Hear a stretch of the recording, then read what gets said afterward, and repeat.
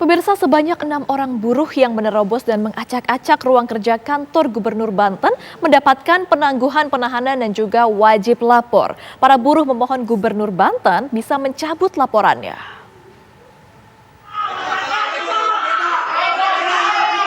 Peristiwa ini terjadi pada 22 Desember 2021 lalu.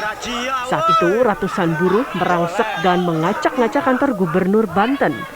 Mereka emosi karena tidak berhasil menemui Gubernur Wahidin Halim untuk merevisi kenaikan upah minimum provinsi.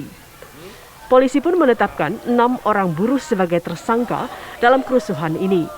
Namun polisi menangguhkan penahanan dan para buruh dikenakan wajib lapor. Kita berdamai sama Gubernur karena kejadian ini kan sama sekali bukan direncana. Kita juga minta maaf untuk Pak Gubernur untuk mencabut laporannya supaya kami bisa bekerja dengan baik lagi, bekerja dengan lancar seperti sedia kala. Sementara itu, relawan Jokowi kecewa dengan pernyataan kuasa hukum Gubernur Banten Wahidin Halim yang menyebutkan proses hukum terhadap penangkapan buruh didorong oleh Presiden. Mereka pun meminta agar kuasa hukum Wahidin segera mengklarifikasi ucapannya dan tidak mengadu domba.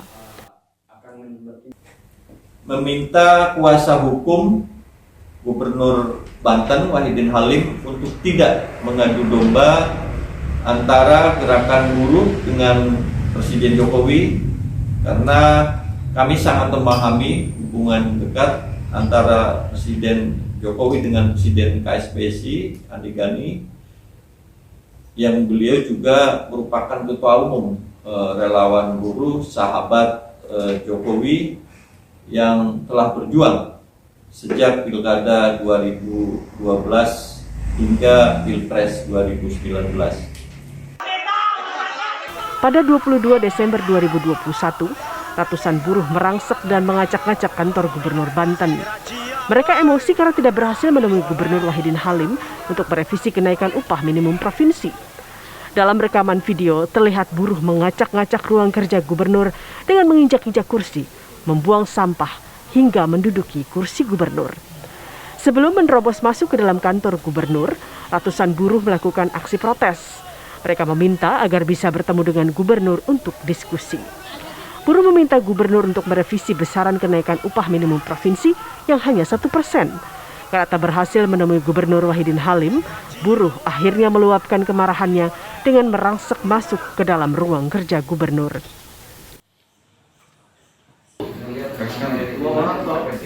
Pada 28 Desember pekan lalu, Presiden Konfederasi Serikat Pekerja Seluruh Indonesia mendatangi Polda Banten untuk meminta penangguhan penahanan.